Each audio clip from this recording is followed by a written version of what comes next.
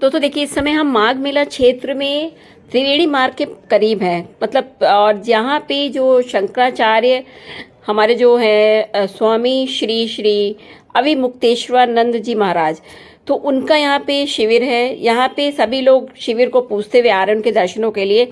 लेकिन वर्तमान में आपको बता दें कि मौनी अमावस्या के दिन नहान को लेकर के थोड़ा सा प्रशासन और इनके बीच जो भी विवाद हुआ था उसको लेकर के स्वामी जी काफ़ी नाराज हैं और वो अपने शिविर के बाहर अनशन पे बैठे हुए हैं। तो जिसको भी पता चल रहा है वो महाराज जी का शिविर पूजते हुए यहाँ पे इनके दर्शनों के लिए भी आ रहा है और साथ ही साथ उनके जो मतलब लोगों के मन में जो भी प्रश्न है वो इनसे पूछ रहे हैं और वो अच्छे से सभी को उत्तर दे रहे हैं। तो हम भी आए हुए थे और चलिए आपको यहाँ पे दिखाते हैं, सुनवाते भी हैं कि महाराज जी क्या कह रहे हैं। किया जा सकता है कि नहीं, गलती करने के बावजूद भी? मेरा ये प्रश्न। सुनो तो जी 2015 ईस्वी में जी सर। वाराणसी में एक गणेश जी की प्रतिमा का विवाद आया। जी जी हम भी उसमें पहुंचे थे। जी बाद में पुलिस ने लाठीचार्ज किया। लाठीचार्ज जब होने लगा तो सब भाग गए। हम कहाँ भागते, हम भागने वालों में से है नहीं। ना तो हम खड़े रहे चट्टान की तरह। पुलिस हमारे पास आ गई और हमको मारने लगी। तो हमने कुछ नहीं कहा, हमने कहा मारिए और मारिए और मारिए, हम भर लीजिए। और उसके बाद वो वीडियो सब वायरल है, सब जानते हैं, आपने पता लेकिन आपका बहुत स्ट्रगल आया ठीक है। अब जो है जिसने मरवाया था वो उस समय अखिलेश यादव मुख्यमंत्री था जी। वो हरिद्वार के कुंभ में हमारे पास आया। शरणागत हूँ, राइमाम शरणागतम, मेरे अधिकारियों से गलती हुई, मुझे क्षमा कर दीजिए। हमने समय तो कर दिया और क्या करें। हाँ, तो वही हम कह रहे हैं, कोई स्वामी जी क्षमा ने मांगता है तो क्षमा तो कर ही दिया जाता है। पूर्व में किया गया था, तो अभी के परिप्रेक्ष्य में क्षमा कोई मांगे तो क्षमा कर ही दिया जाता है, लेकिन क्षमा मांगने के लिए पहले उसको अपनी गलती का एहसास होना चाहिए। अभी जो प्रशासन है उसको अपनी गलती का एहसास नहीं है। अभी उत्तर प्रदेश के मुख्यमंत्री को अपनी गलती का एहसास नहीं है, तो हमको नोटिस पे नोटिस भेज रहे हैं। वो हमसे पूछ रहे हैं कि तुम शंकराचार्य हो, इसका प्रमाण दो। हमने उनसे कहा कि तुम सोने के टुकड़े से पूछो कि तुम सोना नहीं हो, मेरे को शंका है। तो सोने का टुकड़ा क्या कहेगा? यही कहेगा ना कि कसौटी का पत्थर ला के घिस लो, यही कहेगा ना कि काट के देख लो, और यही कहेगा कि ज़्यादा से ज़्यादा ये तो तपा करके पिघला के देख लो। जितना तपता है वो सोना उतना आता है निखार, मुझे तो कोई दिक्कत नहीं होगी, तुम्हारी अकल ठीक हो जाएगी। हमने कहा कि हम तो शंकराचार्य हैं, ये देखो प्रमाण। अब बोल नहीं रहे हैं कुछ, तो वो तो अभी हनक में है, अभी उनको सत्ता का मत चढ़ा हुआ है। अभी उनकी पुलिसिया जो शैली है वो तार नहीं हुई है। अभी उनको एहसास नहीं हुआ है कि हमने गलती किया है। जब तक उनको गलती का एहसास नहीं होगा वो काहे को आगे बढ़ेंगे। अभी उनका मुख्यमंत्री कहता है कि कालनेमी है जिससे सनातन धर्म को खतरा है। शंकराचार्य कालनेमी होता है जिससे सनातन धर्म को खतरा है। हाँ, तो इसका मतलब है वो क्या भाषा बोल रहा है।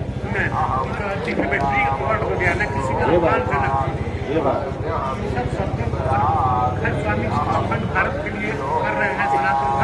अरे भाई कर रहे हैं, करते रहेंगे जी। आपका क्या बिगड़ेगा? उनका जो अनुचित कर रहे हैं, जो नियम के विरुद्ध कर रहे हैं, कानून के विरुद्ध कर रहे हैं, तो बड़ा दुख की बात है। और पूरा काफी चर्चा का विषय है। और कोई बोलने वाला हो तो ले लो। और 10 मिनट है, 10 मिनट बाद हम मौन होंगे। आप लोग सुनाना, 7:30 बजे तक आए।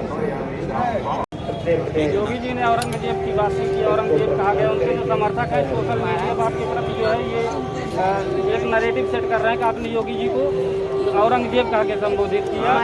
इसके खिलाफ जो है आप पर मेरा ये रिकॉर्ड कर रही है थोड़ा सा, हमने कहा इसको वहाँ से क्यों कहा वो भी तो समझो। इसलिए कहा कि जब हम भारत में जन्मे और धीरे धीरे बड़े हो रहे थे तो हमको इतिहास की पुस्तकें पढ़ने की हमारे दादी, मामी, काकी, चाची, नानी और दूसरे लोगों ने हमको कहानियाँ सुनाई। उन कहानियों में क्या सार था? सार ये था कि औरंगजेब नाम का एक व्यक्ति आया, उसने राज की कमान संभाली और अपने राजमद में आकर के उसने हमारे मंदिरों को और मूर्तियों को तोड़ दिया जिनमें हमारी आस्था थी। बड़ा खराब आदमी था, बड़ा गंदा आदमी था, ऐसे आदमी का नाम मत लो। ये सब हमको सुनने को मिला और बाद में पढ़ने को भी मिला।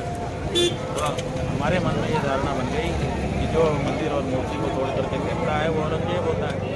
तो बाद में हमने काशी में देखा कि सैकड़ों मंदिर तोड़ करके मटिया मेट किए जा रहे हैं और उनकी मूर्तियों को भी मलबे में फेंका जा रहा है। तो हमको लगा कि कोई औरंगजेब आया होगा, वो तोड़ रहा होगा। तो हमने पता किया कि भाई ये समय का औरंगजेब कौन है। तो लोगों ने बताया कि नरेंद्र मोदी और आदित्यनाथ योगी मिलकर के ये कर रहे हैं। और आदित्यनाथ योगी मुखिया थे, क्योंकि वो प्रदेश सरकार के द्वारा ही वो सब हो रहा था। तो प्रदेश सरकार का जो मुखिया है वो औरंगजेब हुआ कि नहीं, अगर मंदिर तोड़ करके फेंकता है तो। अगर औरंगजेब मंदिर तोड़ के फेंके तो वो बहुत बुरा, और अगर आदित्यनाथ मंदिर तोड़ के फेंके तो वो अच्छा। ऐसी परिभाषा हम नहीं बना पा रहे हैं। अगर आप बना सकते हो तो बना सकोगे। मंदिर तोड़ना अगर बुरा काम है तो उसको तो जो करे, चाहे आपका सगा भाई भी करे, तो आपको बोलना पड़ेगा ना कि औरंगजेब वाला काम तुम कर रहे हो। वही तो हमने बोला, तो हमने क्या गलत बोला? ये तो सच्चाई है। तो अब इतिहास है कि 150 मंदिर वहाँ पर तोड़ करके, हजारों मूर्तियाँ तोड़ करके फेंक दी गई। तो ये तो इन्हीं के द्वारा हुआ। तो ये औरंगजेब नहीं हुआ था और क्या हुआ? औरंगजेब थोड़ा अपने छेनी हथौड़ी लोग थोड़े तोड़ने आता था, अपने सिपाहियों से तोड़वाता था। वैसे इन्होंने भी अपने सिपाहियों से तोड़वा के फेंकवा दिया। औरंगजेब नहीं है तो क्या है? हम तो ज़िंदगी भर कहेंगे कि औरंगजेब को हमने अपनी आंखों से देखा था और वो इन्हीं की तरह से दिखता है।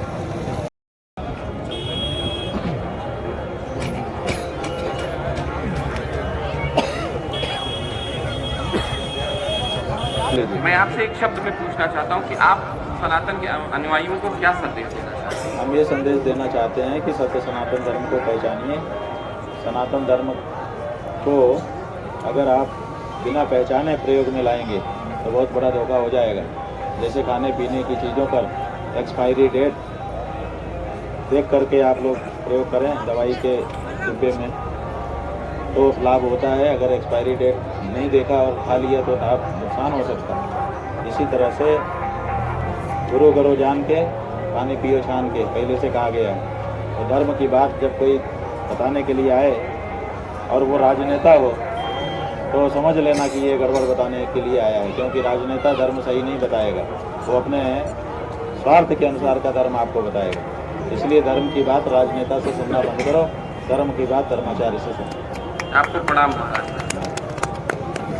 राजनीति जो है वो दो चीज़ है, एक चीज़ नहीं है।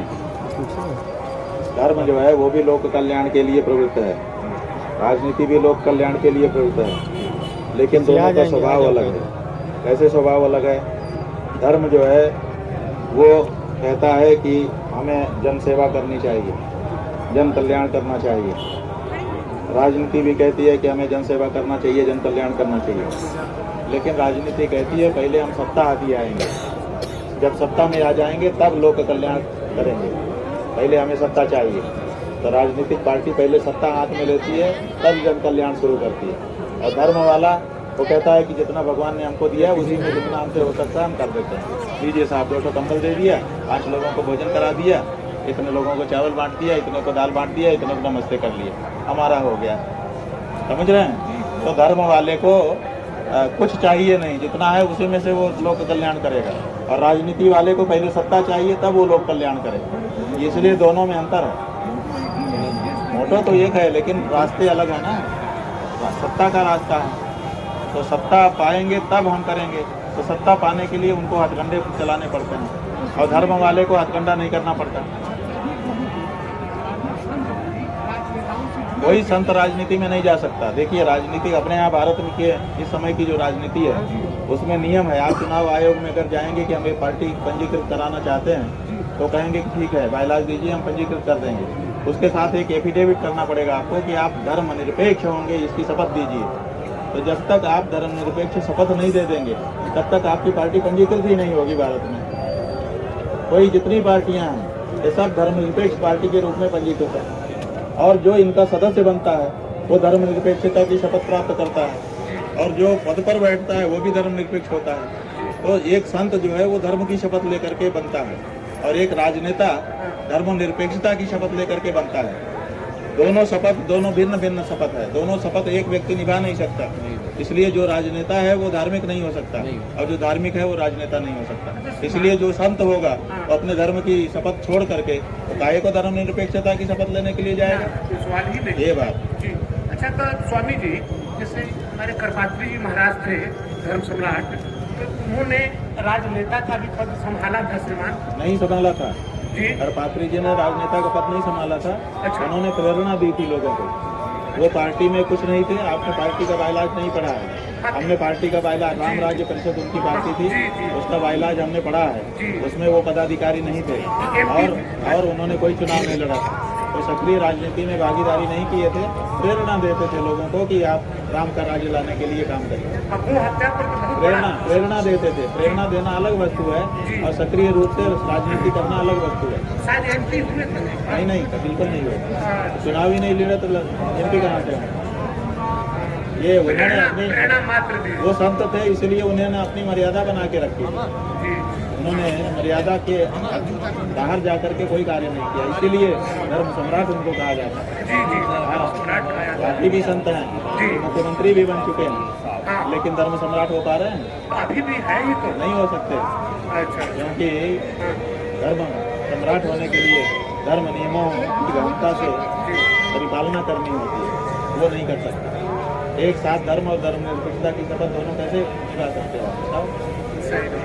अच्छा, तो दोस्तों देखा आप लोगों ने कि महाराज जी जो है किस तरह से सभी के प्रश्नों का उत्तर दे रहे हैं और वो सख्त नाराज भी हैं सरकार से, मेला प्रशासन से, और उनका कहना है कि ससम्मान जो है उनको संगम में स्नान कराया जाए। तो हम चूंकि आज माघ मेला क्षेत्र में थे और हम भी पूछते हुए ही आए थे यहाँ पे कि महाराज जी का शिविर कहाँ पे। यहाँ पे सभी जो शंकराचार्य हमारे हैं उनके शिविर लाइन से लगे हुए त्रिवेणी मार्ग के पास है ये। और जो लोग भी महाराज जी से मिलने के इच्छुक हैं, अगर वो मेला क्षेत्र में आ रहे हैं तो जरूर जाए मिलने के लिए। मेरा ये वीडियो पसंद आया हो तो लाइक करिए, शेयर कीजिए और कमेंट जरूर करिएगा। नए वीडियो में फिर आप लोगों से मुलाकात होगी। जय मां गंगे।